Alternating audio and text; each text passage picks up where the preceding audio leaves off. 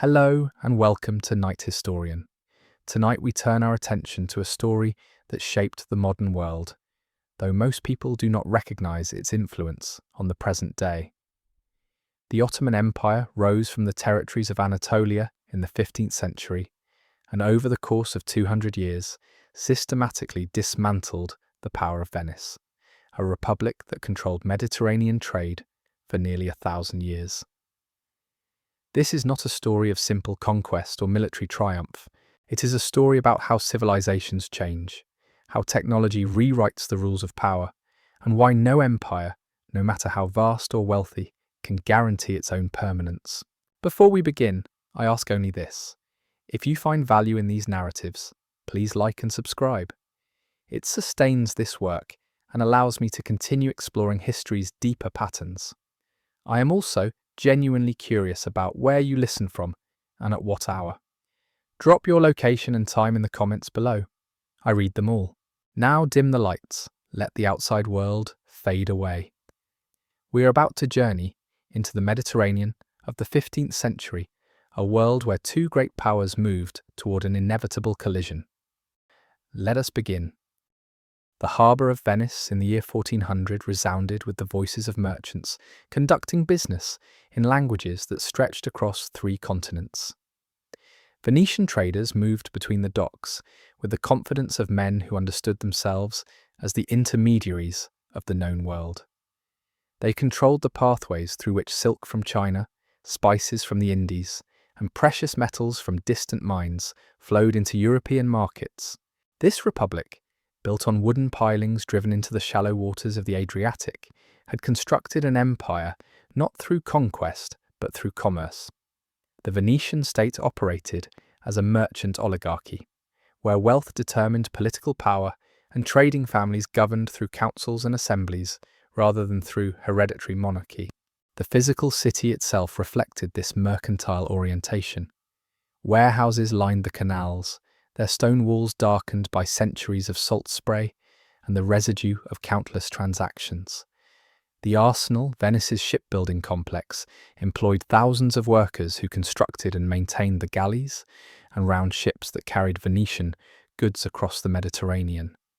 These vessels represented the cutting edge of maritime technology for their era. Oars and sails worked in concert, allowing merchants to navigate both open waters and coastal routes with remarkable efficiency. The Venetian navy protected these merchant fleets, and the combination of commercial wealth and naval power created a system that seemed unassailable to those who lived within it. Control of trade routes meant control of information. Venetian merchants received news from Constantinople, Cairo, and distant trading posts before other European powers even suspected such information existed. They understood supply chains, market fluctuations, and the political movements of sultans and emperors because their survival depended on such knowledge. The Republic maintained diplomatic relationships with every significant power in the Mediterranean and beyond, treating these connections as assets to be cultivated and protected. Venice did not seek territorial expansion in the traditional sense. Instead, the Republic established trading posts, maintained fortified harbours, and secured agreements that allowed Venetian merchants to operate in foreign ports. Cyprus, Crete, and various Greek islands served as strategic holdings, but their primary value lay in their utility as way stations and supply depots rather than as sources of agricultural wealth or territorial prestige. The Ottoman Empire, by contrast, occupied a very different position in the Mediterranean world during this same period. In the early 15th century, the Ottomans controlled territories in Anatolia and had begun expanding into the Balkans. Their state apparatus operated on principles fundamentally different from Venice's merchant republic. The Ottoman system centered on military organization, administrative hierarchy, and religious authority. The Sultan commanded absolute power, supported by a bureaucracy that extended his will across vast territories. Where Venice relied on merchant networks and naval superiority, the Ottomans built their power on a centralized military structure and territorial conquest. The two civilizations represented opposing approaches to organizing human society and projecting power across space. Ottoman expansion proceeded methodically through the 15th century. The conquest of Constantinople in 1453 marked a symbolic and strategic turning point. The fall of the Byzantine capital demonstrated Ottoman military capability and signaled to the Mediterranean world that a new power had emerged. The Ottomans did not merely capture a city, they absorbed an empire and claimed its administrative traditions. Constantinople became Istanbul, the capital of an expanding Ottoman state that now controlled the straits connecting the Mediterranean to the Black Sea. This geographic advantage meant that Ottoman rulers could regulate commerce flowing through these critical waterways and could project military power into regions previously beyond their reach. Venice's response to Ottoman expansion initially took diplomatic rather than military forms. The Republic sought treaties and trade agreements that would allow Venetian merchants to continue operating in Ottoman territories. This approach reflected the Venetian understanding that commerce could flourish even under foreign rule, provided that the ruling power permitted merchants to conduct their business. The Venetian state did not view Ottoman territorial expansion as an existential threat, at least not immediately. The Republic maintained trading posts in Ottoman ports and continued to profit from the movement of goods through Ottoman-controlled regions. This pragmatic approach worked for several decades, but it rested on an assumption that would eventually prove catastrophic: that Ottoman rulers valued commerce as highly as Venetian merchants did. The Ottoman Empire, however, organized itself around different priorities. Military strength and territorial control mattered more than commercial profit. The Sultan's authority derived from his ability to command armies and expand Islamic territory, not from his success in enriching merchants. Ottoman administrators collected taxes from conquered lands and used these revenues to support military campaigns and maintain bureaucratic structures. Trade certainly occurred within Ottoman territories, and Ottoman rulers benefited from the taxes levied on commerce. Yet the fundamental orientation of Ottoman statecraft differed from Venice's merchant-centered approach. The Ottomans viewed territory as the primary source of power, and they pursued expansion with a consistency and determination that Venetian diplomacy could not deflect through negotiation alone. By the middle of the 15th century, the two powers occupied increasingly incompatible positions in the Mediterranean world. Venice controlled strategic islands and maintained a network of trading posts throughout the region. The Ottoman Empire controlled vast continental territories and possessed a military apparatus designed for conquest rather than commerce. Both powers sought to expand their influence, but they pursued expansion through different means and toward different ends. Venice sought to secure trade routes and establish commercial monopolies. The Ottomans sought to extend their territorial control and bring more populations under Ottoman rule. These objectives could coexist for a time, but they contained within them the seeds of inevitable conflict. The Venetian Republic, for all its wealth and sophistication, suffered from internal divisions that weakened its capacity to respond to external threats. The merchant families that governed Venice often pursued competing interests. Some traders profited from commerce with Ottoman territories and therefore opposed military action against Ottoman expansion. Others saw Ottoman growth as a direct threat to Venetian interests and pushed for military responses. This internal disagreement meant that Venice's foreign policy often lacked the coherence and consistency necessary to counter a unified opponent. The Ottoman state, by contrast, operated under centralized command. The Sultan made decisions about military campaigns and territorial expansion, and the Ottoman bureaucracy executed these decisions with remarkable efficiency. When conflict became necessary, the Ottoman system could mobilize resources and coordinate military action in ways that Venice's more fragmented political structure could not easily match. The merchants and administrators of Venice in the year 1400 could not have predicted the trajectory that lay before them. They understood their republic as the dominant power in the Mediterranean, a position that had endured for centuries and seemed likely to continue indefinitely. They did not recognize that the Ottoman Empire represented a fundamentally different kind of opponent, one that could not be managed through diplomacy or contained through commercial relationships. The Ottomans did not seek to become trading partners with Venice, they sought to control the territories and waters that Venice depended upon. Within 2 centuries, this collision between two incompatible visions of power would transform the Mediterranean world entirely. Venice would retreat from the seas it once dominated, and the Ottoman Empire would consolidate control over the region. But that transformation lay in the future, visible only to those with the capacity to recognize how thoroughly the world was about to change.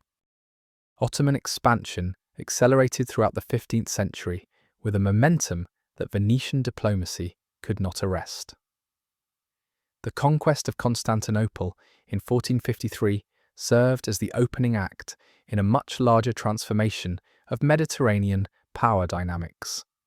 Within decades, Ottoman forces moved into the Balkans, consolidating control over territories that had previously existed as independent principalities or vassal states of declining empires.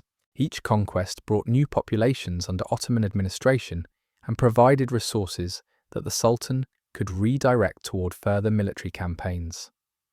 The Ottoman system created a self-reinforcing cycle. Military success generated wealth, which funded larger armies, which enabled more ambitious conquests, which produced additional resources for expansion. The foundation of Ottoman military power rested on an institution unlike anything Venice possessed, the Janissaries. This elite infantry corps emerged from a recruitment system that Ottoman administrators called the devshirme, a practice through which the state selected young boys from Christian populations in conquered territories and trained them as soldiers loyal to the Sultan.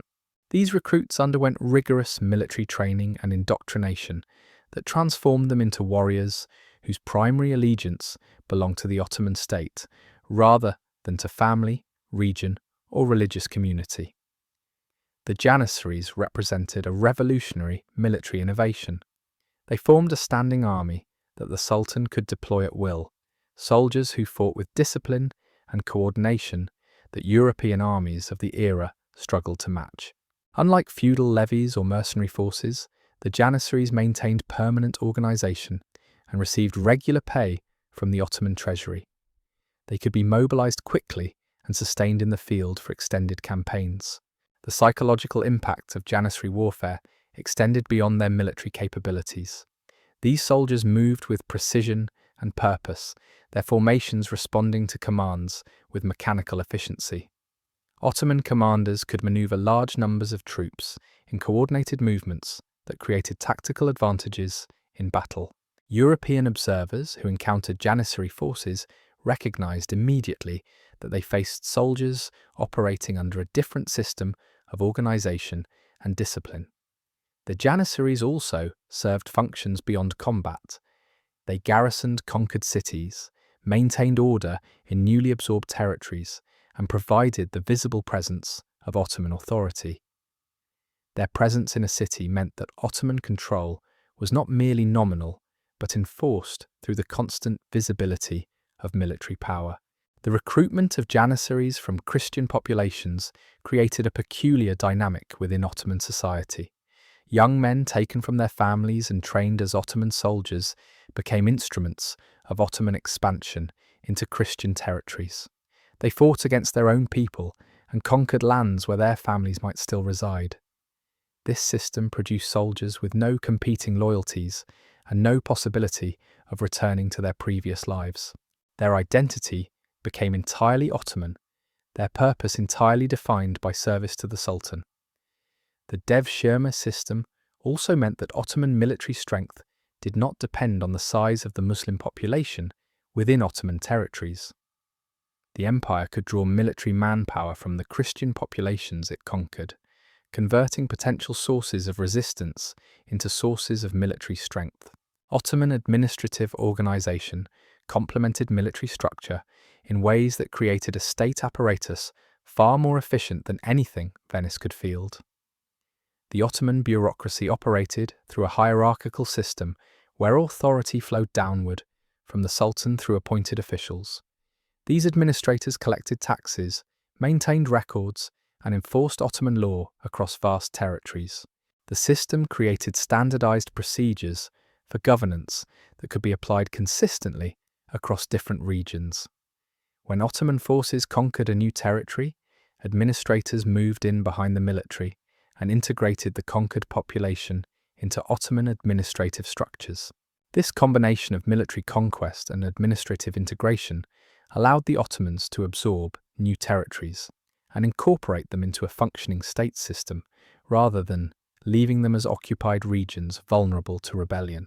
The contrast with Venetian organization became increasingly apparent as Ottoman expansion proceeded. Venice relied on merchant networks and naval power to maintain its position.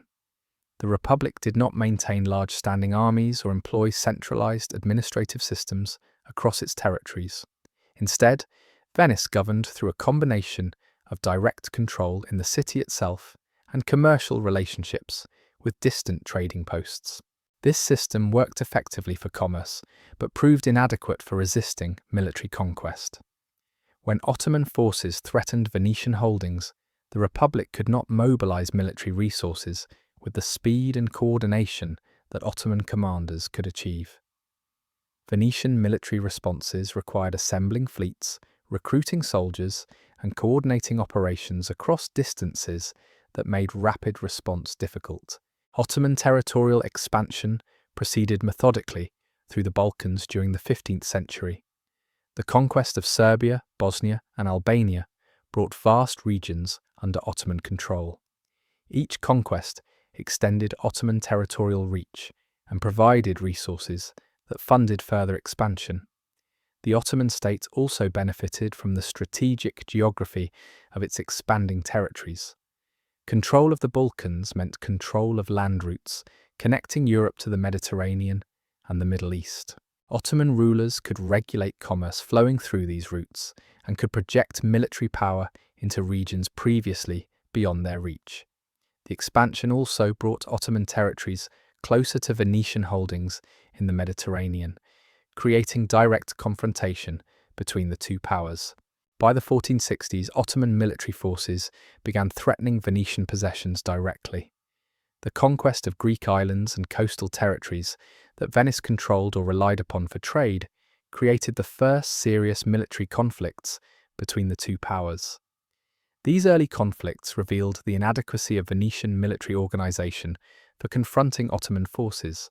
Venice could win individual naval engagements, but the Republic could not sustain prolonged military campaigns or replace losses as quickly as the Ottoman state could. The Ottoman military system, designed for conquest and territorial expansion, proved more effective in sustained conflict than the Venetian system, which had evolved to protect commerce rather than to conduct territorial warfare. Ottoman commanders also demonstrated strategic sophistication in their approach to expansion. They did not attempt to conquer all of Venice's Mediterranean holdings simultaneously. Instead, they pursued a methodical strategy of isolating Venetian possessions and conquering them one by one. This approach allowed Ottoman forces to concentrate military strength against individual targets rather than dispersing forces across multiple fronts. It also meant that Venice faced a series of military crises rather than a single overwhelming assault, a situation that strained Venetian resources and political unity even further.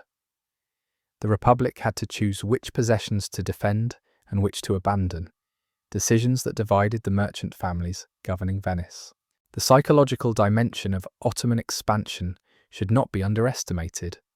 Ottoman success in conquest created an aura of invincibility that demoralized potential opponents and encouraged populations in threatened territories to consider accommodation rather than resistance. Ottoman forces moved with confidence born from consistent military success. They attacked fortified positions with artillery and infantry tactics that overwhelmed defenders. They absorbed conquered territories into their expanding state system, Each success demonstrated Ottoman military capability and the futility of resistance. This psychological momentum, combined with actual military superiority, created a situation where Ottoman expansion became increasingly difficult to resist. Ottoman rulers also understood the importance of maintaining momentum in their expansion. Campaigns followed one another in rapid succession, preventing opponents from recovering between conflicts. The Ottoman state mobilized resources for military campaigns with efficiency that European powers struggled to match. Soldiers received regular pay from the treasury rather than relying on plunder or feudal obligations. Supply lines extended from Ottoman territories into conquered regions, allowing armies to sustain operations far from their home base. This logistical sophistication, combined with centralized command and disciplined troops, created military capabilities that no Mediterranean power could easily counter.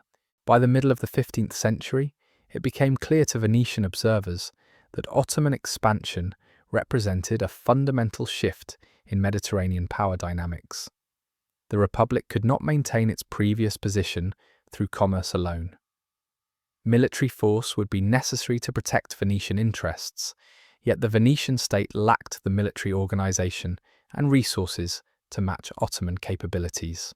The Merchant Republic found itself facing an opponent organized entirely around military conquest and territorial expansion.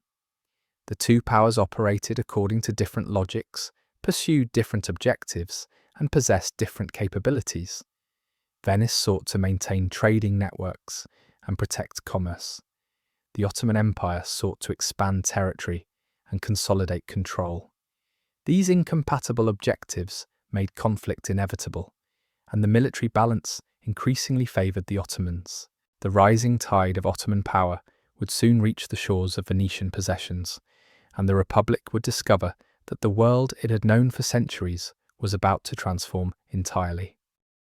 The introduction of cannon technology into Mediterranean warfare fundamentally altered the balance of power between Venice and the Ottoman Empire. Gunpowder weapons, developed centuries earlier in China, gradually spread westward through the Islamic world and into Europe during the 14th and 15th centuries. By the time Ottoman and Venetian forces confronted each other directly, cannon technology had matured into a weapon system that could breach fortifications and devastate naval vessels. The Ottomans recognized the strategic importance of artillery earlier and more thoroughly than most European powers. Ottoman foundries produced cannon in large quantities, and Ottoman military commanders integrated artillery into their tactical systems with remarkable effectiveness. This technological advantage, combined with Ottoman organizational superiority, created a military imbalance that Venice could not overcome through traditional naval tactics. Venetian naval power had rested for centuries on the galley, a warship powered primarily by oars with supplementary sails. Galleys operated effectively in the calm waters of the Mediterranean, where rowers could maneuver vessels with precision and where naval battles often involved ramming and boarding tactics. The galley represented the pinnacle of medieval naval technology, and Venetian shipwrights had perfected the design through centuries of refinement. Venetian galleys carried archers and soldiers who could engage enemy vessels at close range, and the coordination between oarsmen and fighting men created a system that dominated Mediterranean naval warfare for generations. This naval superiority had allowed Venice to protect its merchant fleets and project power across the sea. The Republic's control of Mediterranean trade routes rested fundamentally on the ability of Venetian galleys to defeat any naval opponent. Artillery changed the nature of naval warfare in ways that undermined galley-based naval power. Cannon mounted on shore batteries could strike ships at distances far beyond the range of traditional weapons. A fortified coastal position, equipped with artillery, could devastate a fleet of galleys approaching the shore. This meant that Venetian naval superiority became less relevant in conflicts where Ottoman forces controlled coastal territories and could position artillery to defend against naval attack. The Ottomans understood this shift immediately and began fortifying their coastal positions with artillery batteries. When Venetian fleets approached Ottoman-held territories, they faced cannon fire from shore batteries that could sink ships before Venetian vessels could close to effective combat range. The vulnerability of galleys to artillery extended beyond coastal defence. Ottoman forces began mounting cannon on their own vessels, creating a hybrid naval force that combined traditional galley tactics with artillery firepower. Ottoman shipbuilders developed designs that could accommodate cannon while maintaining the maneuverability that galleys provided. This innovation meant that Ottoman naval forces could engage Venetian galleys at distances where traditional galley tactics proved ineffective. Venetian vessels designed for close-range combat found themselves under artillery fire before they could close with Ottoman ships. The psychological impact of cannon fire on crews trained in traditional naval tactics should not be underestimated. Soldiers and sailors who expected to fight at close range discovered that they could be killed by invisible projectiles launched from great distances. This shift from personal combat to impersonal artillery fire created a different kind of warfare, one that required different training and different psychological preparation. The fortification systems that protected coastal cities and harbours also transformed in response to artillery technology. Medieval fortifications, with their high vertical walls and protruding towers, proved vulnerable to cannon fire. The concentrated impact of artillery projectiles could breach walls that had withstood siege weapons for centuries. Military engineers throughout Europe and the Ottoman Empire began redesigning fortifications to accommodate artillery and to resist cannon fire. The new fortification designs, often called Tres Italian or star forts, featured lower, thicker walls and angled bastions that allowed defenders to position cannon to cover all approaches to the fortification. These new designs proved far more resistant to artillery than medieval fortifications, but they required significant resources to construct and maintain. The Ottomans invested heavily in upgrading their fortifications with artillery-resistant designs. Ottoman engineers studied the new fortification principles and applied them to key defensive positions throughout Ottoman territories. This investment in fortification technology meant that Ottoman-held territories became increasingly difficult to assault. Venetian forces attempting to recapture Ottoman-held islands or coastal positions found themselves facing fortifications designed to resist artillery and defended by Ottoman cannon. The combination of artillery-equipped fortifications and Ottoman military organization created defensive positions that Venetian forces could not easily overcome. Siege operations that might have succeeded against medieval fortifications now required months of bombardment and siege warfare to reduce Ottoman-held positions. The production of cannon and artillery ammunition required industrial capacity that not all Mediterranean powers possessed equally. The Ottoman Empire invested heavily in developing foundries and manufacturing facilities capable of producing cannon in large quantities. Ottoman metalworkers developed expertise in casting large cannon barrels and in producing the iron balls and other projectiles that artillery required. This industrial capacity meant that the Ottoman military could maintain and replace artillery losses and could equip new fortifications with cannon as they were constructed. Venice, by contrast, lacked the industrial infrastructure to match Ottoman artillery production. The Republic could acquire cannon through purchase or manufacture, but the scale of Ottoman artillery production exceeded Venetian capacity. This disparity in artillery production capability meant that Ottoman forces could maintain numerical superiority in cannon, a crucial advantage in siege warfare and coastal defence. The shift from galley-based naval warfare to artillery-dominated conflict also affected the economics of naval power. Galleys required large crews of rowers, soldiers, and sailors to operate effectively. The cost of maintaining a galley fleet was substantial, but the ships themselves were relatively inexpensive compared to the cost of the human crews. Artillery-equipped vessels required fewer rowers, but demanded expensive cannon and ammunition. The transition from galley-based to artillery-based naval power required substantial capital investment in new vessel designs, cannon production, and ammunition manufacturing. Venice, facing financial strain from military campaigns and trade disruptions, struggled to fund this transition. The Ottoman Empire, with access to the resources of vast conquered territories, could fund the development of artillery-equipped naval forces more readily. Ottoman commanders demonstrated tactical sophistication in their deployment of artillery. Rather than attempting to achieve naval superiority through traditional galley combat, Ottoman forces used artillery to deny Venetian fleets access to Ottoman-held territories. Coastal fortifications equipped with artillery batteries could prevent Venetian ships from approaching harbours or landing troops. This defensive use of artillery proved highly effective. Venetian forces attempting to assault Ottoman-held positions found themselves unable to approach closely enough to conduct amphibious operations. The range advantage provided by artillery meant that Ottoman defenders could inflict casualties on Venetian forces without exposing themselves to Venetian weapons. This asymmetry in combat range fundamentally altered the balance of power in Mediterranean warfare. The psychological and practical implications of artillery superiority extended beyond military tactics.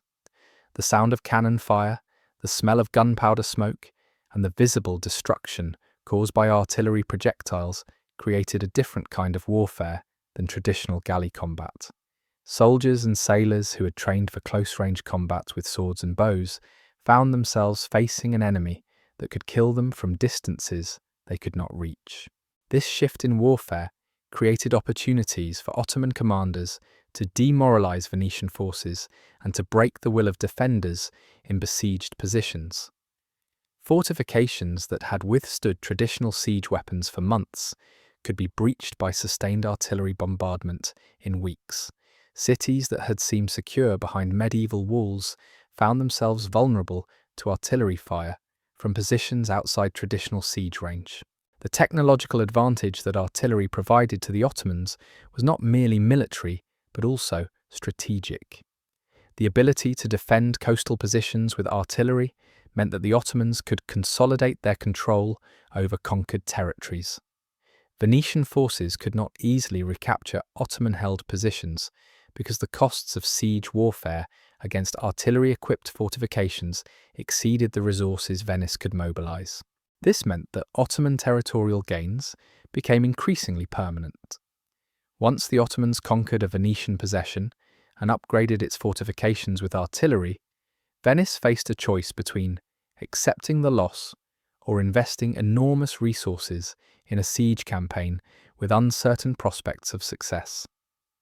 The economics of this situation favoured the Ottomans, who could defend their territories at lower cost than Venice could assault them. By the middle of the 16th century, the technological transformation of warfare had become complete. Artillery dominated both naval and land combat.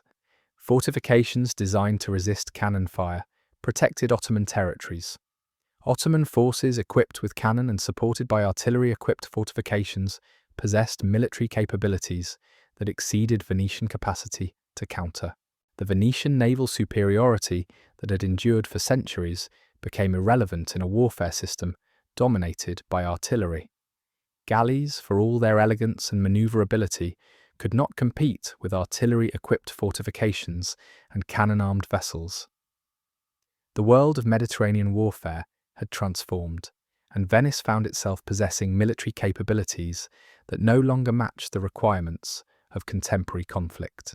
The Republic's traditional sources of power had become obsolete, and the technological revolution in warfare had shifted the balance decisively in favour of the Ottoman Empire. The first serious military confrontations between Venice and the Ottoman Empire erupted in the 1460s, marking the transition from diplomatic manoeuvring to open warfare. Ottoman forces under Sultan Mehmed II, the conqueror of Constantinople, began systematically attacking Venetian possessions throughout the Aegean Sea and the eastern Mediterranean. These campaigns represented the opening phase of a conflict that would span centuries and fundamentally reshape Mediterranean politics. The Venetian Republic, accustomed to diplomatic solutions and commercial arrangements, discovered that Ottoman expansion could not be negotiated away or managed through trading agreements. The Ottomans sought territorial control, not commercial relationships, and they pursued their objectives through military force. The conquest of Negroponte in 1470 marked a turning point in Ottoman-Venetian relations. Negroponte, located on the island of Euboea in the Aegean Sea, served as a crucial Venetian trading post and military base. The island provided a harbour for Venetian ships and a fortified position from which Venetian forces could project power throughout the Aegean. The Ottoman assault on Negroponte demonstrated the effectiveness of Ottoman military organisation and the vulnerability of Venetian possessions to determined Ottoman attack. Ottoman forces surrounded the fortified city and subjected it to sustained bombardment with artillery. The defenders, despite their courage and the strength of the fortifications, could not withstand the combination of Ottoman military pressure and artillery fire. After a prolonged siege, Negroponte fell to Ottoman forces. The conquest demonstrated that Venetian fortifications, however well constructed, could not resist Ottoman artillery and military organisation indefinitely. The loss of Negroponte sent shockwaves through Venetian society. The Republic had not anticipated that a major possession could be lost so decisively. The fall of the city revealed the inadequacy of Venetian military resources and the growing power disparity between Venice and the Ottoman Empire. Merchants who depended on Negroponte as a trading post lost their commercial base. The Venetian state lost a strategic position from which it could defend other Aegean possessions. The psychological impact of the defeat extended beyond the immediate military loss. Venetian observers recognized that the Republic faced a fundamentally different kind of opponent than it had encountered in previous conflicts. The Ottomans did not seek negotiated settlements or commercial arrangements. They pursued conquest with determination and possessed military capabilities that Venetian forces could not easily counter. The Venetian response to Ottoman expansion involved both military and diplomatic efforts. The Republic attempted to assemble military coalitions with other Mediterranean powers to counter Ottoman expansion. Venice sought alliances with the Papal States, various Italian principalities, and Christian powers in the Eastern Mediterranean. These diplomatic efforts reflected the Venetian understanding that the Republic could not defeat the Ottoman Empire through military force alone. A coalition of Christian powers might be able to resist Ottoman expansion and protect Christian interests in the Mediterranean. However, coordinating military action among independent states proved difficult. Each potential ally pursued its own interests and was reluctant to commit resources to defending Venetian possessions. The diplomatic coalitions that Venice assembled often collapsed before they could achieve significant military results. Military campaigns conducted by Venetian forces during this period met with limited success. The Republic mobilized fleets and recruited soldiers to defend its possessions and to attempt the recapture of lost territories. These military operations consumed enormous resources and often ended in failure or stalemate. Venetian commanders discovered that defeating Ottoman forces in individual battles did not translate into strategic victory. Even when Venetian forces won tactical engagements, they could not sustain their advantage or prevent Ottoman forces from regrouping and renewing their attacks. The Ottoman military system, with its centralized command and access to vast resources, could absorb losses and continue military operations indefinitely. Venice, by contrast, faced financial constraints that limited the duration and scale of military campaigns. The financial burden of military conflict created internal divisions within Venetian society. Merchant families that profited from commerce with Ottoman territories opposed military campaigns that disrupted trade and consumed resources.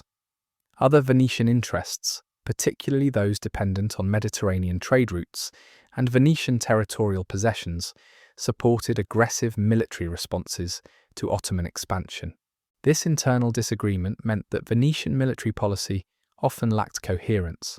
The Republic would commit resources to a military campaign, then reduce funding when the campaign proved costly or unsuccessful. This inconsistency meant that Venetian military efforts often failed to achieve their objectives. Ottoman commanders, by contrast, could rely on consistent support from the Sultan for military campaigns. The centralized Ottoman decision-making process meant that military operations could proceed without the internal, political divisions that hampered Venetian efforts. Ottoman territorial expansion during the 1460s and 1470s proceeded relentlessly, despite Venetian military responses. The Ottomans conquered Greek islands, coastal territories in the Aegean, and positions that Venice had controlled for centuries. Each conquest extended Ottoman territorial reach and provided resources that funded further expansion. The Ottoman state incorporated conquered territories into its administrative system and deployed janissary garrisons to maintain control. This combination of military conquest and administrative integration meant that Ottoman territorial gains became increasingly permanent. Venetian attempts to recapture lost territories often failed because the costs of siege warfare against Ottoman-held positions exceeded available resources. The early conflicts between Venice and the Ottoman Empire also revealed differences in how the two powers approached warfare and statecraft. Venetian commanders often sought to minimize casualties and to achieve military objectives through maneuver and tactical skill. Ottoman commanders, by contrast, accepted high casualty rates and pursued objectives through overwhelming force and determination. This difference in approach reflected different underlying assumptions about the value of military victory. Venice sought to preserve its merchant republic and its commercial networks. The Ottoman Empire sought to expand territory and consolidate control over conquered populations. These different objectives meant that the two powers approached military conflict with different strategies and different willingness to accept costs. The Ottoman practice of incorporating conquered populations into Ottoman administrative structures created a different dynamic than traditional conquest. Rather than ruling conquered territories as occupied regions, the Ottomans integrated them into the Ottoman state system. Conquered populations received Ottoman protection and were incorporated into Ottoman administrative hierarchies. This approach reduced resistance to Ottoman rule and made Ottoman territorial gains more stable than territories ruled through occupation and exploitation. Venetian territories, by contrast, often resisted Ottoman rule and sought to maintain their independence or to return to Venetian control. This meant that Ottoman territorial consolidation proceeded more smoothly than Venetian attempts to maintain or recapture possessions. By the 1480s, it became clear to Venetian observers that the Republic could not maintain its previous position in the Eastern Mediterranean through military force alone. The Ottoman Empire possessed superior military organization, access to greater resources, and the political unity necessary to sustain prolonged military campaigns. Venice, divided internally and constrained by financial limitations, could not match Ottoman military capabilities. The Republic faced a choice between continuing costly military campaigns with limited prospects of success or negotiating a settlement with the Ottoman Empire that would preserve Venetian commercial interests while accepting Ottoman territorial expansion. Venetian diplomats chose negotiation. In 1479, Venice and the Ottoman Empire concluded a peace treaty that ended the first major conflict between the two powers. The Treaty of Constantinople in 1479 represented a Venetian acknowledgement of Ottoman military superiority and a pragmatic acceptance of Ottoman territorial expansion. Venice ceded various territories to the Ottoman Empire and agreed to pay an annual tribute to the Ottoman Sultan. In exchange, the Republic retained the right to maintain trading posts in Ottoman territories and to conduct commerce under Ottoman rule. This arrangement reflected the Venetian understanding that commerce could continue even under Ottoman political control. The Republic had lost territorial possessions and had been forced to acknowledge Ottoman superiority, but Venetian merchants could continue to profit from trade flowing through Ottoman-controlled regions. The treaty represented a temporary stabilization of Ottoman-Venetian relations, but it did not resolve the underlying tensions between the two powers. The Ottoman Empire continued to expand, and Venice continued to lose possessions and influence. The first blood had been drawn, and the conflict between the two powers would continue for centuries. But the initial phase of direct military confrontation had ended with Ottoman victory and Venetian retreat. Cyprus occupied a position of strategic importance in Venetian Mediterranean holdings that few other possessions matched. The island served as a major trading hub, a source of agricultural products, and a military base from which Venetian forces could project power throughout the eastern Mediterranean. Venetian merchants maintained extensive commercial networks on Cyprus, and the island's harbours provided crucial way stations for Venetian ships travelling between Europe and the Levantine coast. The Venetian state governed Cyprus through appointed administrators who collected taxes and maintained order. The island's population included Venetian settlers, Greek inhabitants, and merchants from various Mediterranean regions. This cosmopolitan character reflected Cyprus's importance as a crossroads of Mediterranean trade and culture. For Venice, Cyprus represented not merely a territorial possession, but a cornerstone of Venetian power in the eastern Mediterranean. The Ottoman Empire viewed Cyprus with similar strategic interest, but for different reasons. Control of Cyprus would extend Ottoman territorial reach into the central Mediterranean and would eliminate a major Venetian military base. The conquest of Cyprus would demonstrate Ottoman power and would consolidate Ottoman control over the eastern Mediterranean.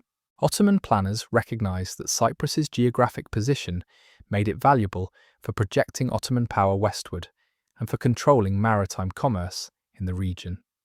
The island's conquest would represent a major step in Ottoman expansion and would bring Ottoman territories closer to the Western Mediterranean and to European powers. In 1570, Ottoman forces launched an invasion of Cyprus, initiating a conflict that would last 3 years and would result in one of the most brutal sieges of the Mediterranean world. The Ottoman invasion force that descended on Cyprus represented the full military capability of the Ottoman Empire. Large numbers of janissaries, supported by artillery and naval forces, attacked Venetian positions throughout the island. The Ottomans pursued a systematic strategy of conquering Venetian-held cities and fortifications one by one. Venetian garrisons resisted Ottoman attacks with courage and determination, but they faced overwhelming numerical superiority and superior artillery. Ottoman forces methodically reduced Venetian fortifications and incorporated conquered territories into Ottoman control. The speed of Ottoman conquest shocked Venetian observers. Within months, most of Cyprus fell to Ottoman forces. Only the fortified city of Famagusta, located on the eastern coast of the island, maintained Venetian control. Famagusta represented the last major Venetian stronghold on Cyprus. The city possessed strong fortifications that had been upgraded with artillery-resistant designs. The harbour provided a secure anchorage for Venetian ships. The population included Venetian soldiers, administrators, and merchants who were determined to resist Ottoman conquest. The Venetian commander of Famagusta, Marcantonio Bragadin, organised the city's defence and prepared the garrison for a prolonged siege.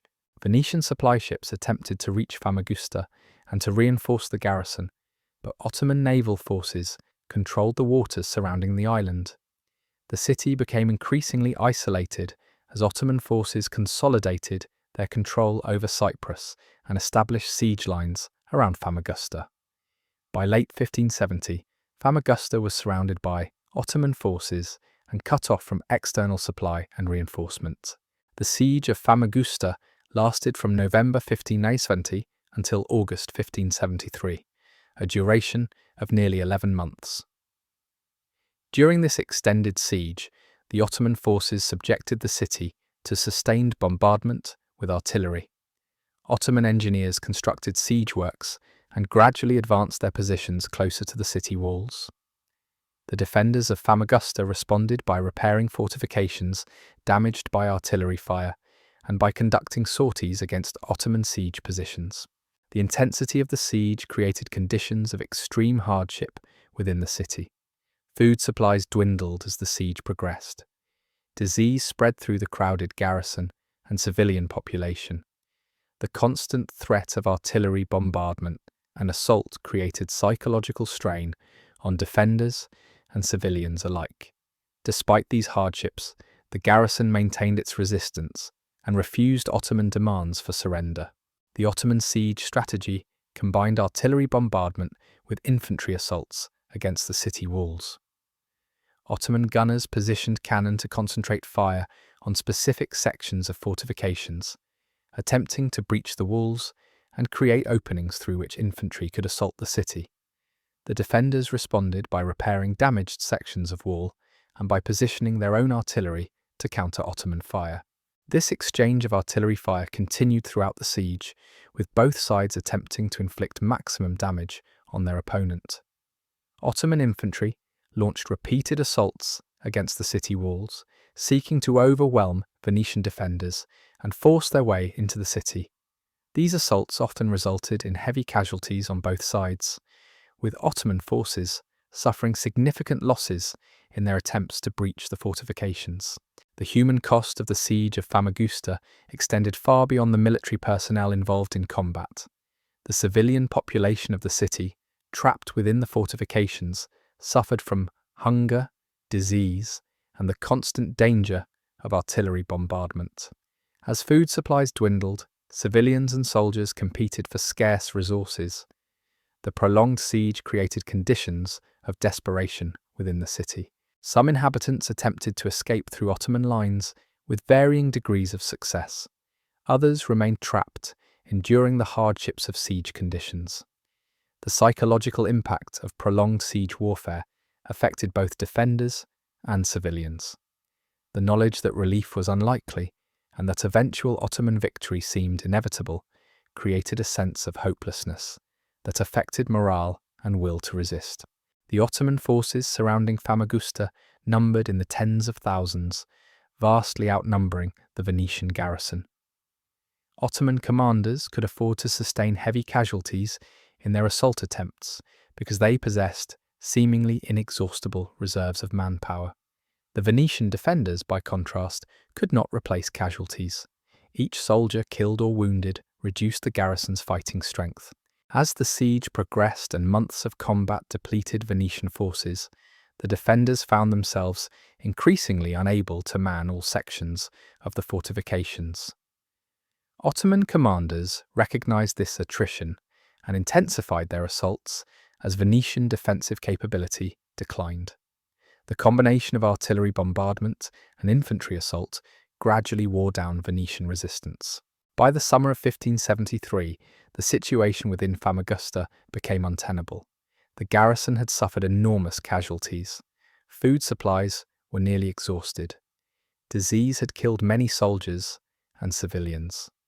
The fortifications, despite repeated repairs, showed increasing signs of damage from sustained artillery bombardment.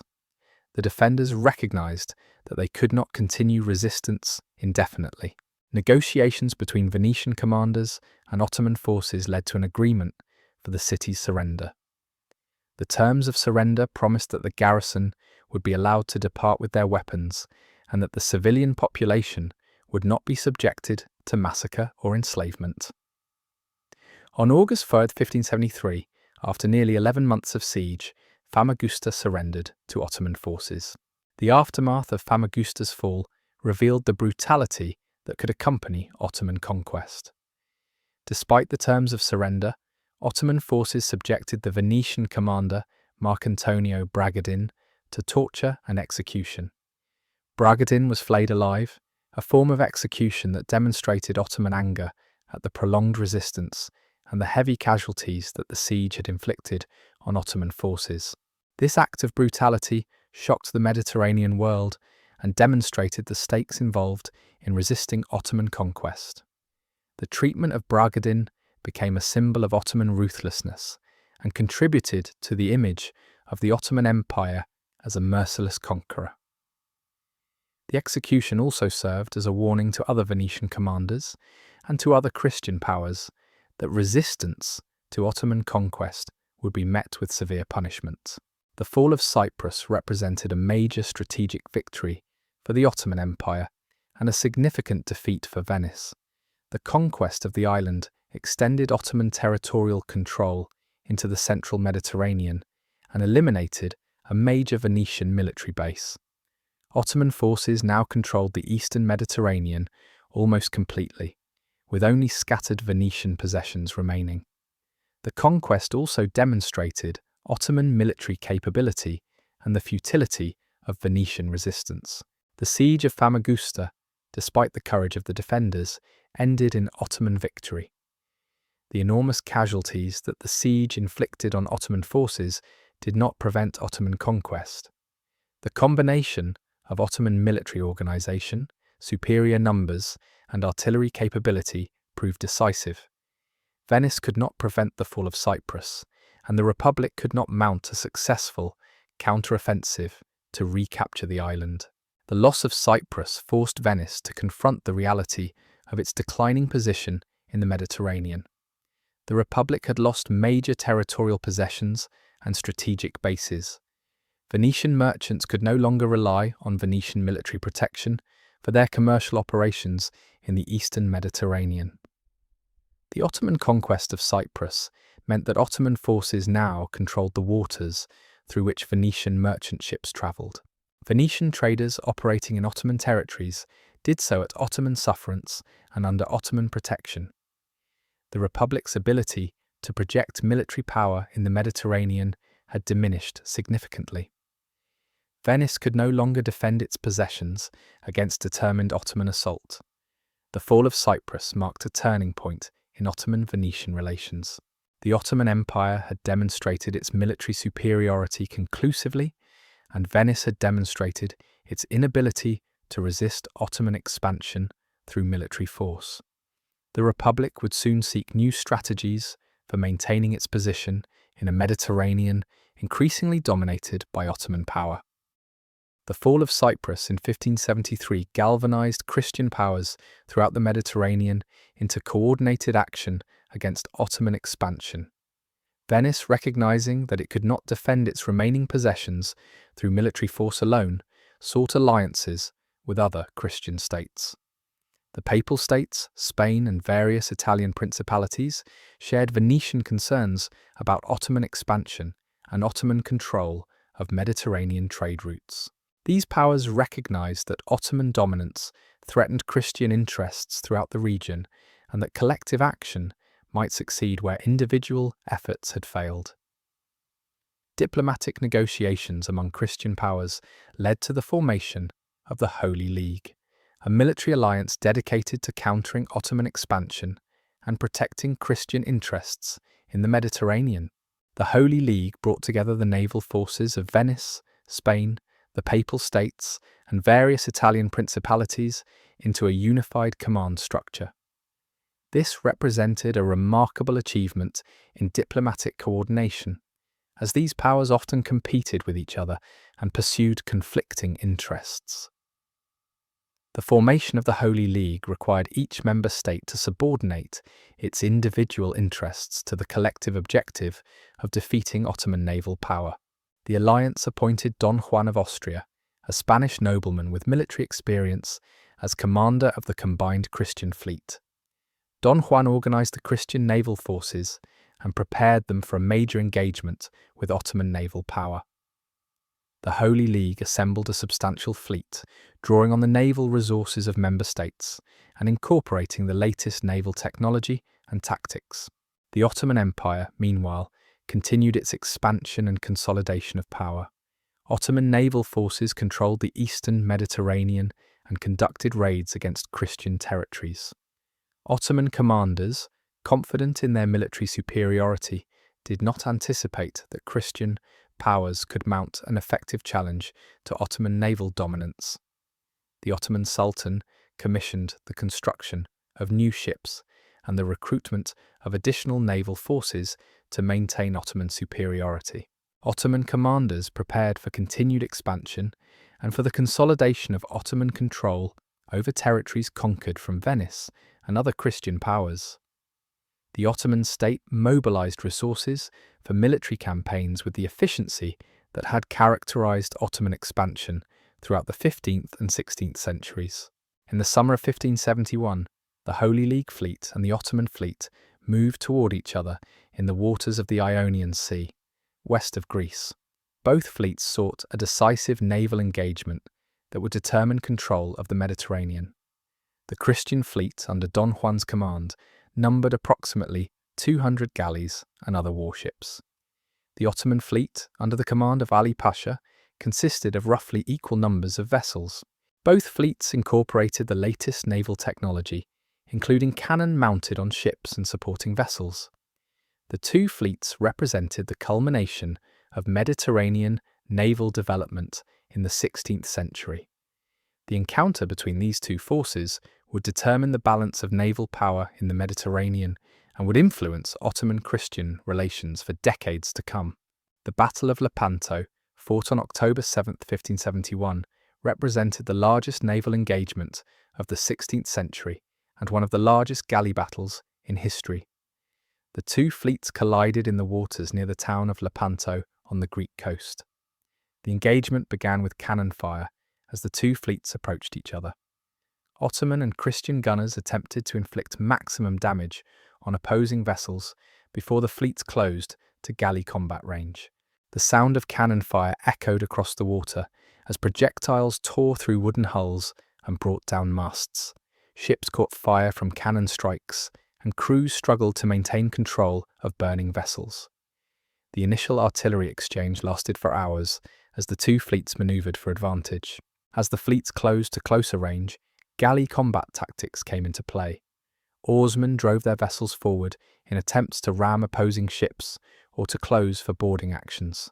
Soldiers and marines on the galleys prepared for hand-to-hand combat. Archers and musketeers on both sides attempted to clear opposing decks of defenders. The chaos of galley combat created scenes of extraordinary violence and confusion. Men fought on the decks of ships, often in close quarters where individual combat skills mattered as much as military organization. The smell of gunpowder mixed with the smell of blood and burning wood. The screams of wounded men and the sounds of combat created an environment of sensory overload for those involved in the fighting. The Christian fleet, under Don Juan's command, demonstrated superior tactical coordination and discipline. Christian commanders had trained their forces extensively and had developed tactics that effectively utilized the capabilities of their vessels and personnel. The Christian fleet concentrated its forces against specific Ottoman vessels, attempting to overwhelm Ottoman defenders through concentrated firepower and coordinated assault. This tactical approach proved effective. Christian forces sank or captured numerous Ottoman vessels and inflicted heavy casualties on Ottoman personnel. The Ottoman fleet, despite its numerical strength and the courage of its sailors and soldiers, found itself unable to counter Christian tactical coordination. Ottoman commanders attempted to rally their forces and to mount effective resistance, but the momentum of the battle shifted decisively toward the Christian fleet. The engagement lasted for several hours as the two fleets fought for control of the waters. Christian forces gradually gained the upper hand as Ottoman vessels were sunk or captured, and as Ottoman personnel suffered mounting casualties. The Ottoman fleet attempted to disengage and to withdraw from the battle, but Christian forces pursued the retreating Ottoman vessels. By the end of the day, the Christian fleet had achieved a decisive victory. Ottoman naval forces suffered enormous losses, with dozens of vessels sunk or captured, and thousands of Ottoman personnel killed or captured. Christian forces also suffered significant casualties and vessel losses, but the scale of Ottoman losses exceeded Christian losses substantially. The Battle of Lepanto represented a clear Christian victory and a major defeat for the Ottoman Empire. The news of the Christian victory at Lepanto spread rapidly throughout the Mediterranean world. Christian populations celebrated the victory as a triumph of Christian arms and as evidence that Ottoman naval power could be defeated. The victory seemed to vindicate the formation of the Holy League and to demonstrate that coordinated Christian action could counter Ottoman expansion. Venetian merchants and administrators took heart from the victory, hoping that it signaled a reversal of Ottoman expansion and a restoration of Christian power in the Mediterranean. Bells rang in churches throughout Christian Europe as news of the victory arrived. Celebrations erupted in Venice, Spain, Rome, and other Christian cities. The victory seemed to represent a turning point in the struggle between Christian and Ottoman powers. The Ottoman Empire responded to the defeat at Lepanto with remarkable resilience. Ottoman shipyards immediately began constructing replacement vessels to rebuild the Ottoman fleet. Ottoman administrators mobilized resources to repair damaged ships and to build new ones. Within a year of the defeat at Lepanto, the Ottoman Empire had rebuilt its naval forces to approximately their previous strength. Ottoman commanders recruited new personnel to replace those killed or captured at Lepanto. The Ottoman state demonstrated its capacity to absorb military defeats and to recover through the mobilization of resources and the determination to continue military operations. The speed of Ottoman naval reconstruction shocked Christian observers who had hoped that the victory at Lepanto would cripple Ottoman naval power permanently. The strategic implications of the Battle of Lepanto proved more limited than the initial Christian celebrations suggested. The victory did not reverse Ottoman territorial expansion or restore Christian control of the eastern Mediterranean. Ottoman forces continued to hold the territories they had conquered from Venice and other Christian powers. Ottoman naval forces, though temporarily weakened by the battle, remained a formidable military power. The Ottoman Empire continued to project power throughout the Mediterranean and to threaten Christian interests. The victory at Lepanto demonstrated that Ottoman naval forces could be defeated in direct combat, but it did not demonstrate that Christian powers could sustain the military effort necessary to reverse Ottoman expansion permanently. The Holy League, despite its initial success, lacked the unity and resources necessary to conduct sustained military campaigns against the Ottoman Empire. The aftermath of Lepanto revealed the limitations of Christian military coordination. The member states of the Holy League pursued conflicting interests and were reluctant to commit resources to sustained military operations. Spain sought to protect its own Mediterranean interests rather than to support Venetian efforts to recapture lost possessions. The Papal States lacked the military resources to sustain major military campaigns. Various Italian principalities pursued their own interests and were unwilling to subordinate their objectives to collective Christian goals. This lack of unity meant that the Christian fleet could not capitalize on the victory at Lepanto. No sustained offensive campaign followed the battle. Christian forces did not attempt to recapture Ottoman-held territories or to drive Ottoman naval forces from the Mediterranean. The opportunity to follow up on the victory was lost as Christian powers returned to pursuing their individual interests. Venice, despite its participation in the victory at Lepanto, found itself unable to recapture Cyprus or to reverse its losses to the Ottoman Empire. The Republic lacked the military resources to conduct sustained campaigns against Ottoman-held territories. The costs of maintaining the Holy League alliance and of participating in the Battle of Lepanto had strained Venetian finances. The Republic could not afford to continue military operations at the scale necessary to challenge Ottoman control of the eastern Mediterranean. Venetian diplomats began negotiations with the Ottoman Empire, seeking a peace settlement that would stabilize relations between the two powers. These negotiations eventually led to a new treaty between Venice and the Ottoman Empire in 1573, just 2 years after the Battle of Lepanto. The treaty confirmed Ottoman control of Cyprus and other territories conquered from Venice. Venice retained the right to maintain trading posts in Ottoman territories and to conduct commerce under Ottoman rule, but the Republic had to acknowledge Ottoman territorial superiority and Ottoman control of the eastern Mediterranean. The triumph at Lepanto faded into historical irony as the years following the battle revealed the hollowness of Christian victory. Ottoman shipyards, working with remarkable efficiency, reconstructed the Ottoman fleet within months of the devastating loss. Ottoman administrators mobilized resources from across the empire to fund shipbuilding and to recruit replacement personnel for the naval forces. By 1572, barely a year after Lepanto, Ottoman naval strength had returned to approximately its pre-battle levels. Ottoman commanders commissioned new galleys and acquired additional vessels through purchase and capture. The Ottoman state demonstrated a capacity for military recovery that Christian observers had not anticipated. The speed of Ottoman reconstruction suggested that the Ottoman Empire possessed resources and organizational capabilities that exceeded Christian understanding of Ottoman power. The strategic implications of Ottoman naval reconstruction became apparent as Ottoman forces resumed their operations in the Mediterranean. Ottoman raiders attacked Christian shipping and Christian coastal settlements. Ottoman naval forces conducted operations throughout the eastern Mediterranean with apparent confidence and capability. Christian powers, expecting that the victory at Lepanto would provide years of naval superiority, discovered instead that Ottoman naval power remained formidable. The psychological impact of Ottoman recovery on Christian morale proved significant. The victory that Christian populations had celebrated as a turning point in the struggle against Ottoman expansion now seemed merely a temporary interruption in Ottoman dominance.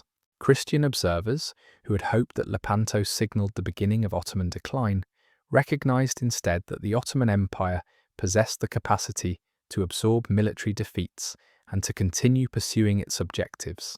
Venice's situation exemplified the limitations of the Lepanto victory for Christian powers. The Republic had invested enormous resources in the naval campaign that culminated at Lepanto. Venetian ships, Venetian sailors, and Venetian soldiers had participated in the battle and had contributed to the Christian victory. Yet the victory did not restore Venetian possessions or reverse Venetian losses to the Ottoman Empire. Cyprus remained under Ottoman control. Crete, another major Venetian possession in the eastern Mediterranean, remained vulnerable to Ottoman attack. The Venetian state faced the prospect of continued military conflict with the Ottoman Empire without the capacity to conduct sustained military campaigns. The costs of participating in the Holy League and of maintaining naval forces had strained Venetian finances. The Republic's treasury, depleted by military expenditures, could not support the military operations necessary to capitalize on the victory at Lepanto. The fundamental problem confronting Venice and other Christian powers was that military victory in a single battle did not translate into strategic advantage in the larger competition with the Ottoman Empire. The Ottoman state could absorb losses and continue military operations because Ottoman resources and organizational capabilities exceeded those of any individual Christian power. The Ottoman Empire controlled vast territories and populations that could be taxed to support military operations. Ottoman administrators could mobilize these resources with efficiency that Christian powers, operating through more fragmented political systems, could not match. The Ottoman military system, built on centralized command and professional soldiers, could sustain operations indefinitely. Christian military forces, often composed of feudal levies or mercenary troops, could not maintain the same level of sustained military effort. The economic dimensions of Ottoman military superiority became increasingly apparent in the years following Lepanto. The Ottoman Empire derived revenue from the territories it controlled and from the taxes it collected from conquered populations. These revenues funded military operations and allowed the Ottoman state to sustain military forces indefinitely. Venice, by contrast, derived its wealth primarily from commerce. Military conflict disrupted trade and reduced Venetian commercial revenues. The costs of military operations consumed resources that Venetian merchants would otherwise have invested in commercial ventures. This economic dynamic created a situation where prolonged military conflict favoured the Ottoman Empire. The Ottomans could sustain military operations through taxation of conquered territories. Venice could sustain military operations only as long as commercial revenues remained sufficient to fund military expenditures. As military conflict continued, and as Ottoman expansion disrupted Venetian commerce, Venetian capacity to sustain military operations declined. The Ottoman approach to naval power also differed fundamentally from the Christian approach in ways that affected long-term military capability. Ottoman naval forces served primarily as instruments of territorial conquest and consolidation. Ottoman commanders used naval forces to transport troops, to supply garrisons, and to project military power into regions targeted for conquest. Ottoman naval operations focused on achieving specific military objectives rather than on maintaining naval superiority for its own sake. This meant that Ottoman naval forces could sustain losses and continue operations because their primary function was not to defeat Christian naval forces, but to support Ottoman territorial expansion. Christian naval forces, by contrast, operated with the objective of defeating Ottoman naval power and of protecting Christian territories and commerce. This difference in objectives meant that Christian forces needed to achieve and maintain naval superiority to accomplish their goals, while Ottoman forces could accomplish their objectives even without naval superiority. The Ottoman shipbuilding capacity also exceeded Christian capacity in significant ways. Ottoman foundries produced cannon in large quantities and supplied Ottoman naval forces with artillery. Ottoman shipyards employed thousands of workers and could construct vessels rapidly. The Ottoman state invested heavily in maintaining and expanding shipbuilding capacity because naval forces played a crucial role in Ottoman expansion. Christian shipyards, while individually sophisticated, lacked the coordination and resources of Ottoman shipbuilding. No Christian power maintained shipbuilding capacity comparable to Ottoman capacity. This meant that in a prolonged naval competition, the Ottoman Empire could produce vessels faster than Christian powers could replace losses. The Ottoman advantage in shipbuilding capacity meant that Ottoman naval forces would eventually recover from any temporary defeat and would maintain superiority in the long term. Venetian merchants and administrators recognized the implications of Ottoman recovery following Lepanto. The Republic could not sustain indefinite military conflict with the Ottoman Empire. Venice lacked the resources and the political unity necessary to conduct sustained military campaigns. The costs of military operations threatened to bankrupt the Republic and to disrupt the commercial operations that generated Venetian wealth. Venetian decision-makers concluded that negotiation offered a more practical path forward than continued military conflict. Diplomatic efforts between Venice and the Ottoman Empire led to the Treaty of Constantinople in 1573, which formalized Venetian acceptance of Ottoman territorial expansion and Ottoman control of the Eastern Mediterranean. The treaty represented a Venetian acknowledgement that the Republic could not reverse Ottoman expansion through military force. The terms of the 1573 treaty reflected Ottoman military superiority and Venetian military weakness. Venice ceded Cyprus to the Ottoman Empire and acknowledged Ottoman control of territories conquered from Venice. The Republic agreed to pay an annual tribute to the Ottoman Sultan. In exchange, Venice retained the right to maintain trading posts in Ottoman territories and to conduct commerce under Ottoman rule. The treaty essentially formalized a new relationship between Venice and the Ottoman Empire. Rather than competing for territorial control of the Mediterranean, Venice would focus on commerce conducted under Ottoman political authority. Venetian merchants would operate in Ottoman territories, paying taxes and duties to Ottoman authorities, but would retain the right to conduct profitable trade. This arrangement represented a pragmatic acceptance of Ottoman dominance and a recognition that Venetian wealth could be maintained through commerce even without territorial control. The broader implications of the Lepanto victory and its aftermath extended beyond the immediate Ottoman-Venetian relationship. The victory demonstrated that Ottoman naval forces could be defeated in direct combat. Yet the speed of Ottoman recovery and the continuation of Ottoman expansion demonstrated that military victory in a single battle could not reverse Ottoman expansion. Christian powers recognized that defeating the Ottoman Empire would require sustained military effort over years or decades, an effort that Christian powers could not sustain given their limited resources and political divisions. The Ottoman Empire, by contrast, could sustain military operations indefinitely because Ottoman resources and organizational capabilities exceeded those of any individual Christian power, or even of coalitions of Christian powers. The Lepanto victory also marked the end of the galley as the dominant warship in Mediterranean warfare. The battle demonstrated the effectiveness of galley combat tactics, but it also revealed the limitations of galleys in an era of increasingly sophisticated artillery. In the decades following Lepanto, European naval powers began transitioning from galley-based navies to sailing ship navies equipped with cannon. This transition occurred more rapidly in Western European powers like Spain and Portugal than in the Ottoman Empire or Venice. The Ottoman Empire continued to rely on galleys for Mediterranean operations for several more decades, but eventually Ottoman naval forces also transitioned to sailing ship designs. This technological transition would eventually shift naval advantages away from the Ottoman Empire and toward Western European powers with superior sailing ship designs and artillery capabilities. The years immediately following Lepanto witnessed a gradual shift in Ottoman-Christian relations in the Mediterranean.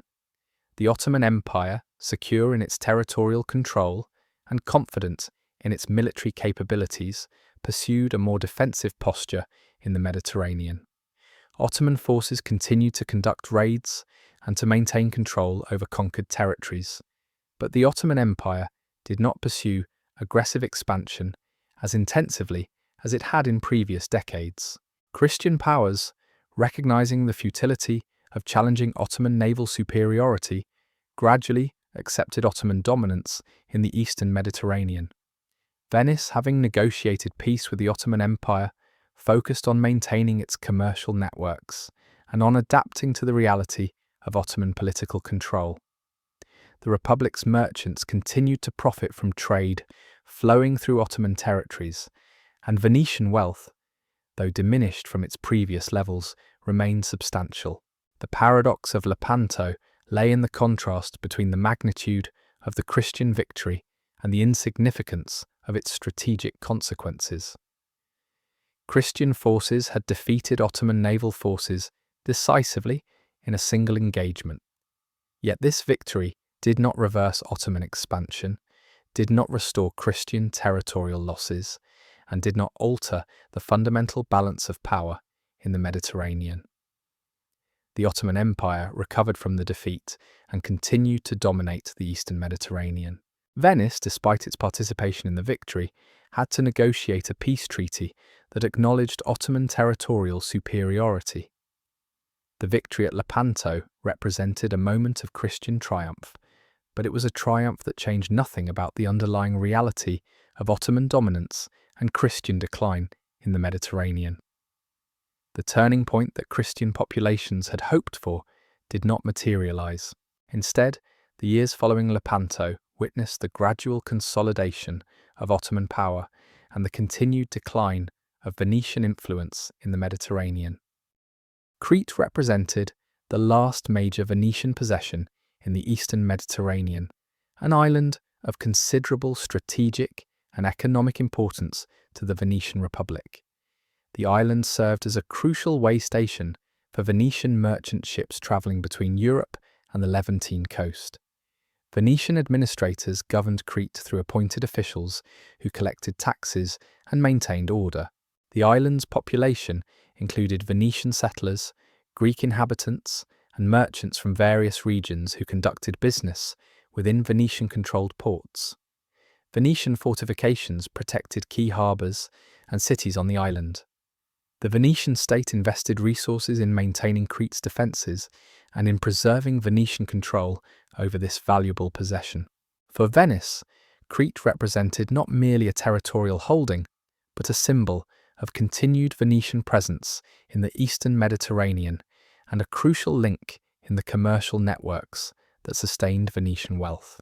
The Ottoman Empire viewed Crete with strategic interest, similar to its view of Cyprus. Control of Crete would extend Ottoman territorial reach into the central Mediterranean and would eliminate the last major Venetian possession in the region. The conquest of Crete would consolidate Ottoman dominance over the eastern Mediterranean and would remove an obstacle to Ottoman expansion westward. Ottoman planners recognized that Crete's geographic position made it valuable for projecting Ottoman power and for controlling maritime commerce. The island's conquest would represent the final step in Ottoman consolidation of the eastern Mediterranean and would bring Ottoman territories to the threshold of the western Mediterranean. In 1645, Ottoman forces launched an invasion of Crete, initiating a conflict that would last 24 years and would represent the longest and most costly Ottoman-Venetian war. The Cretan War, spanning from 1645 to 1669, differed from previous Ottoman-Venetian conflicts in its duration and intensity. Ottoman forces invaded the island and began systematically conquering Venetian-held cities and fortifications. The Venetian Republic, recognizing the threat to its last major Mediterranean possession, mobilized military resources to defend Crete. Venetian commanders organized the defense of Cretan fortifications and prepared garrisons to resist Ottoman assault.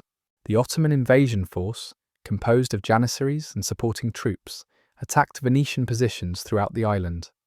Ottoman forces pursued a methodical strategy of isolating and reducing Venetian fortifications one by one. The campaign proceeded slowly because Venetian defenders resisted Ottoman attacks with determination, and because Venetian fortifications, upgraded with artillery-resistant designs, proved difficult to assault. The siege warfare that characterized the Cretan War inflicted enormous casualties on both Ottoman and Venetian forces. Ottoman forces surrounded Venetian-held cities and subjected them to sustained bombardment with artillery. Venetian defenders repaired fortifications damaged by artillery fire and conducted sorties against Ottoman siege positions. The intensity of siege operations created conditions of extreme hardship for both military personnel and civilian populations.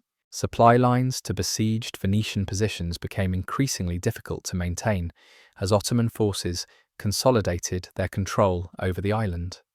Venetian supply ships attempted to reach besieged cities and to reinforce garrisons, but Ottoman naval forces and coastal artillery made these supply operations increasingly dangerous. The prolonged siege warfare gradually depleted Venetian military resources and reduced Venetian capacity to sustain the defense of Crete. The city of Candia, the capital of Crete and the center of Venetian power on the island, became the focal point of the Cretan War. Ottoman forces surrounded Candia and subjected it to a siege that lasted from 1648 until 1669, a duration of 21 years. This siege represented one of the longest in European history and demonstrated the capacity of both Ottoman and Venetian forces to sustain military operations over extended periods. Ottoman forces maintained siege lines around Candia and conducted periodic assaults against the city's fortifications. Venetian defenders repaired fortifications damaged by artillery, bombardment, and resisted Ottoman assault attempts. The prolonged siege created conditions of extraordinary hardship within the city. Food supplies dwindled as the siege progressed. Disease spread through the garrison and civilian population. The constant threat of artillery bombardment and assault created psychological strain on defenders and civilians alike. The economic burden of the Cretan War strained Venetian finances severely. The Republic invested enormous resources in maintaining military forces on Crete and in attempting to supply besieged garrisons. Venetian merchants found their commercial operations disrupted by military conflict and by Ottoman control of much of the island. The costs of military operations consumed resources that Venetian merchants would otherwise have invested in commercial ventures. The prolonged conflict meant that Venice could not redirect military resources to other purposes or reduce military expenditures. The Republic's treasury, already strained by previous military conflicts with the Ottoman Empire, faced depletion as the Cretan War continued year after year. Venetian decision-makers recognized that the Republic could not sustain indefinite military conflict with the Ottoman Empire, yet abandoning Crete would mean accepting the loss of Venice's last major Mediterranean possession. The Ottoman forces surrounding Candia numbered in the tens of thousands, vastly outnumbering the Venetian garrison. Ottoman commanders could afford to sustain heavy casualties in their assault attempts because they possessed access to seemingly inexhaustible reserves of manpower. The Venetian defenders, by contrast, could not replace casualties easily. Each soldier killed or wounded reduced the garrison's fighting strength. As the siege progressed and years of combat depleted Venetian forces, the defenders found themselves increasingly unable to man all sections of the fortifications. Ottoman commanders recognized this attrition and intensified their assaults as Venetian defensive capability declined. The combination of artillery bombardment and infantry assault gradually wore down Venetian resistance. The siege of Candia became a test of endurance between Ottoman determination to conquer and Venetian determination to resist. The technological dimensions of the Cretan War reflected the evolution of siege warfare in the 17th century. Ottoman forces deployed increasingly sophisticated artillery and siege equipment. Ottoman engineers constructed elaborate siege works and gradually advanced their positions closer to Candia's fortifications. Venetian defenders responded by repairing fortifications and by positioning their own artillery to counter Ottoman fire.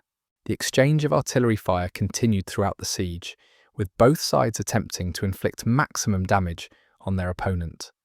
Ottoman forces constructed siege towers and assault equipment designed to overcome Venetian fortifications. Venetian defenders deployed defensive measures to counter Ottoman siege equipment. This technological competition between Ottoman siege capabilities and Venetian defensive innovations characterized the Cretan War. The human cost of the Cretan War extended far beyond the military personnel involved in combat.